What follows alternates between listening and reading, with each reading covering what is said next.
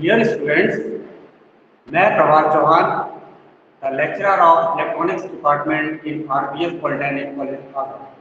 आज मैं आपके सामने लेक्चर नंबर 9 लेके आया हूँ, जिसमें हम प्रीवियस लेक्चर नंबर 8 को आगे कंटिन्यू करेंगे। इस लेक्चर में मैं आपको थर्ड यूनिट के टॉपिक्स को क्लियर कर रहा था। अब तक मैं अपने प्रीवियस सारे लेक्चर्स में थर्ड यूनिट कंप्लीट के टॉपिक स्टार्ट करा चुका था। इसमें हम ट्रांजिस्टर्स के बारे में पढ़ चुके थे और ट्रांजिस्टर की बायसिंग सर्किट्स के बारे में पढ़ चुके थे। आइए आज के इस लेक्चर में उन्हीं बायसिंग सर्किट्स को आगे कंटिन्यू करते हैं। जैसे कि मैं आपको पहले बता चुका था कि दो प्रकार हमारे पास बायसिंग सर्किट चार प्रकार के होते हैं। आप समझ लीजिए, जैसे fixed bias circuit, collector to base bias circuit, emitter to base bias circuit and voltage divider circuit.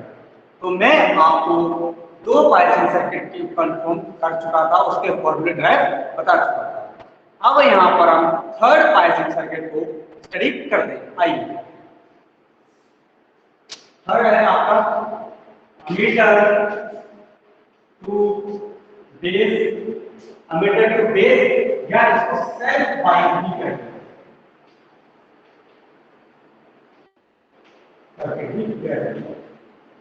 इसका सर्किट डायग्राम देखिए, तो circuit diagram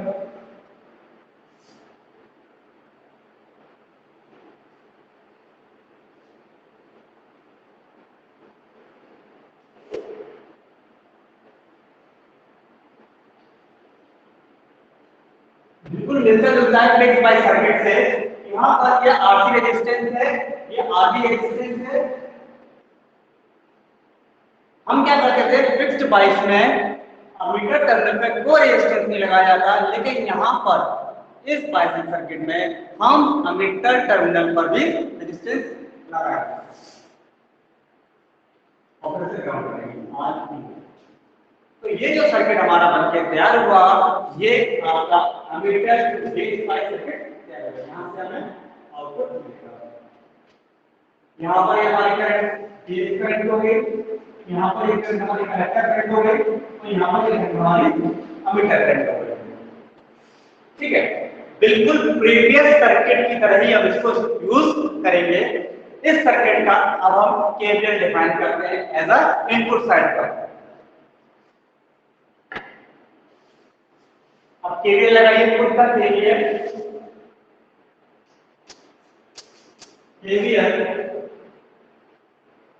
input side. Input side कौन सी है? ये वाली। तो यहाँ पर VCC minus IB RB minus ये वाला वोल्टेज, ये वाला वोल्टेज कितना है? VB minus IE into R2 0। ये आ गया। अब हम क्या करेंगे, हमारा इस इनपुट में यहाँ से हमें क्या निकालने का हमारा ऑब्जेक्टिव है कि हमें यहाँ से बेस करंट फाइंड आउट करनी है। बेस करंट फाइंड आउट करने के लिए यहाँ पर IE दे रखा है। तो हम जानते हैं, मैंने आपको बताया था प्रीवियस लेक्चर में कि IE is the sum of collector current and base current. तो VCC minus IB RB minus VB minus IC plus IB into RE equal to 0। और मैं क्या करूंगा, इस IC को किसके टर्म में लिखूंगा? IB के टर्म में। तो वो क्या लिखा जाएगा? Beta IB। VCC minus IB RB VBP beta IB और ना IB RB। ठीक है, अब इसको देखिए, इसी आगे से मैं IB यहाँ से कॉमन निकालूंगा और उसको ज्यादा रखूंगा। तो IB बराबर क्या जाएगा? बीटा प्लस 1 RE बराबर VCC माइनस VBE। और यहाँ पर आ गया ये। ठीक है, तो यहाँ से ये मैंने सब कॉमन निकाल लिया IB। तो यहाँ से IB बराबर आ गया VCC minus VBE upon RB plus beta plus 1 RE। ये हमारी इनपुट करंट आईवी की वैल्यू आ गई। वेक्टर इनपुट करंट, ये हमारी इनपुट करंट निकल कर आ गई इस सर्किट का। अब हमें क्या निकालना है? कलेक्टर करंट, क्योंकि वही हमारा क्या है? क्यू पॉइंट है। तो मैंने आपको बताया था कि कॉमन एमिटर कॉन्फ़िगरेशन में हम बीटा बराबर क्या होता है? IC upon IB। IC का मान कितना हो जाएगा? Beta IB। यदि IB में बीटा का मल्टीप्लाई करते हैं तो हमें IC का हो जाता है।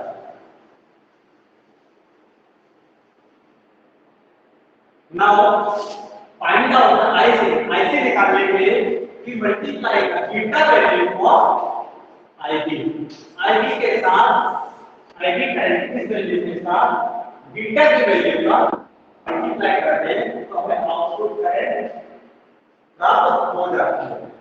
ये यहाँ पर हमें आउटपुट करंट ड्राइव होता है। ठीक है, ये हमारा आधा काम हो गया। अब हम लगाएंगे output value, output voltage find out करेंगे। आइए देखते हैं कैसे काम करते हैं। अब आउटपुट वैल्यू करेंगे, ये लिखना लगेगा VCC minus IC RC minus VCE minus RE R। Clear है? अब हमें क्या निकालना है? ये निकालना है। तो पहले इसको क्या लिख सकते हैं? VCC minus IC RC VCE, इसको मैं करता हूं IC प्लस IB। हमें क्या फाइंड आउट करना है? VCE फाइंड आउट करना है। तो VCE बराबर हो गया आपका VCC minus IC RC minus IC plus IB into R। इस फॉर्मूले से हम क्या कर सकते हैं? आउटपुट वोल्टेज ड्राइव कर सकते हैं। ये हमारा है आउटपुट वोल्टेज। ये हमारा क्या ड्राइव हो गया? आउटपुट वोल्टेज हो गया। और यही IC की वैल्यू और VCE की वैल्यू, इन्हीं वैल्यू को क्यू पॉइंट कहा जाता है। मैं आपको प्रीवियस क्लास में बता चुका हूं कि क्यू पॉइंट ट्रांजिस्टर का कॉमन एमिटर कॉन्फ़िगरेशन में ये होता है इस बाइसिकल से। ठीक है, यहाँ पर ये एमिटर बेस बाइस या सेल्फ बाइस के नाम से भी आता है। ये सर्किट आता है, इस तरह सर्किट बना होता है। देखिए इस सर्किट में और फिक्स बाइस सर्किट में ज्यादा डिफरेंस नहीं है। अगर यहाँ पे रेजिस्टेंस हट जाए और ये जो किसका डायग्राम है फिक्स बाइस सर्किट का, ये रेजिस्टेंस लगा दिया तो ये किसका डायग्राम बन गया? एमिटर टू बेस बाइस का। That's it. अब आपको हम समझाते हैं नेक्स्ट बाइस।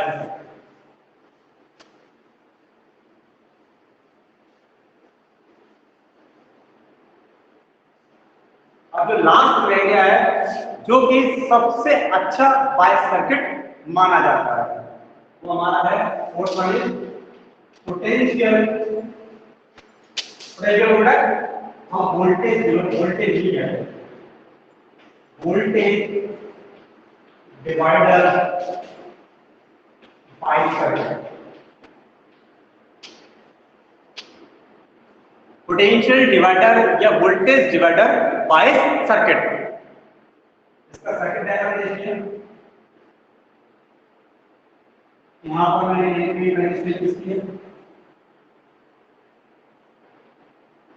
इसका वही एमिटर का रेजिस्टेंस है RE, आउटपुट रेजिस्टेंस है RC, लेकिन इसके इनपुट पर दो पैरेलल रेजिस्टर कनेक्ट कर दिए R1 एंड R2।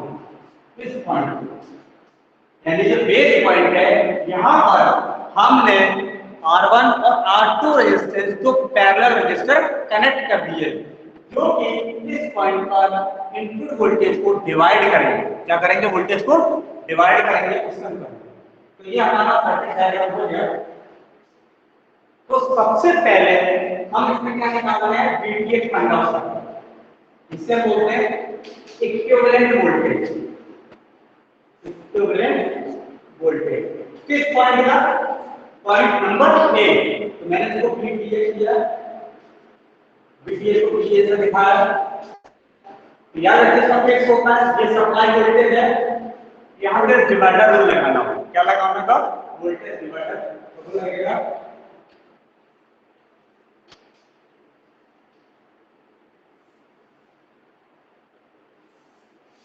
ये फॉर्मूले से हमारा क्या निकल आएगा, VTH फाइंड आउट हो जाएगा। और RTH ये दोनों रेजिस्टेंस कैसे लगे, पैरेलल में लगे, R1 पैरेलल R2। आपको सवाल में R2 की वैल्यू दे रखी होगी, आप उसे पैरेलल रख के इक्विवेलेंट RTH निकाल सकते हैं। आपको पता है पैरेलल लगाते हैं तो R1 R2 upon R1 plus R2, यहाँ से RTH की वैल्यू आ गई, यहाँ से VTH की वैल्यू आ गई। इतना निकालने के बाद अब इस सर्किट डायग्राम पर नया सर्किट डायग्राम बनाएंगे, उस सर्किट डायग्राम को हम सॉल्व करेंगे। ये वाला सर्किट डायग्राम उसमें कन्वर्ट होगा, इसे बोलेंगे इक्विवेलेंट डायग्राम। ये हमारा ट्रांजिस्टर है,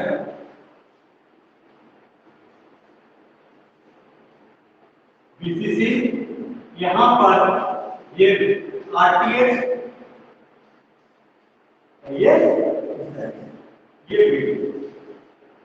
ये हमारा VTH हो गया, ये हमारा RTH हो गया जो हमने यहां से फाइंड आउट किया था, उसको यहां पर लगा दिया, और ये RTH इसको यहां लगा दिया, और फिर ये RC और ये RE, यहाँ की करंट IE, ये वाला वोल्टेज VBE बोला जाएगा, और ये वाला वोल्टेज।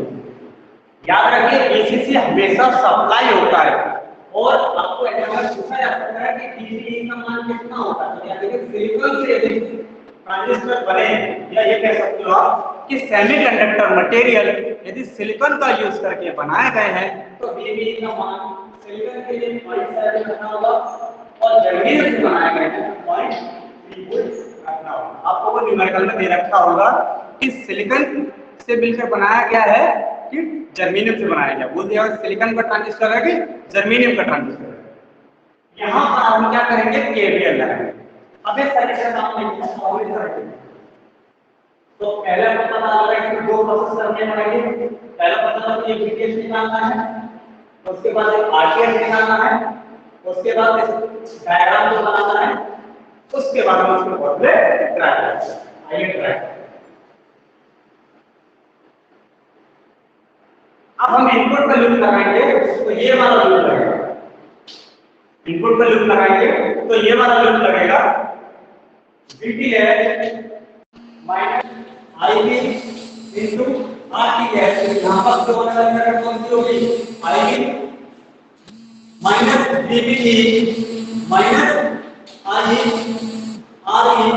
Equal to 0। ये हमने KVL लगा दिया, ये हमारा KVL हो गया।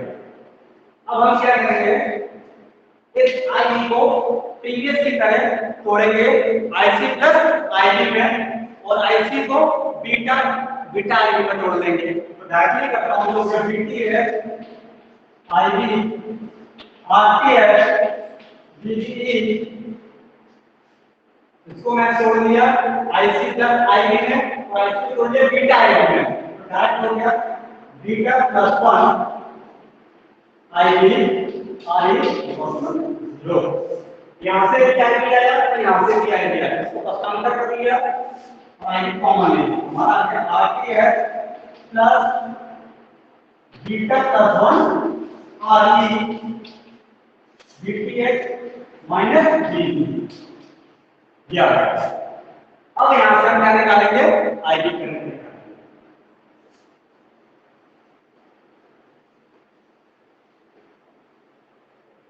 अब यहाँ से IB निकालूंगा, IB बराबर क्या हो जाएगा आपका, VTH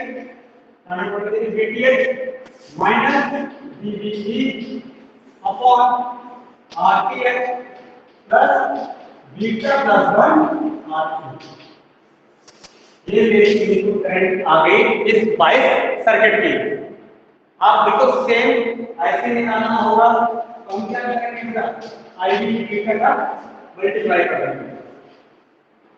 आप याद रखिए किसी भी बाइसिंग सर्किट के अंदर सबसे पहले हम बेस करंट को निकालते हैं, और अगर बेस करंट निकल आती है तो आउटपुट करंट निकालने के लिए हम क्या करते हैं, बीटा पैरामीटर का मल्टीप्लाई उस इनपुट करंट से कर देते हैं तो हमें आउटपुट करंट प्राप्त हो जाती है।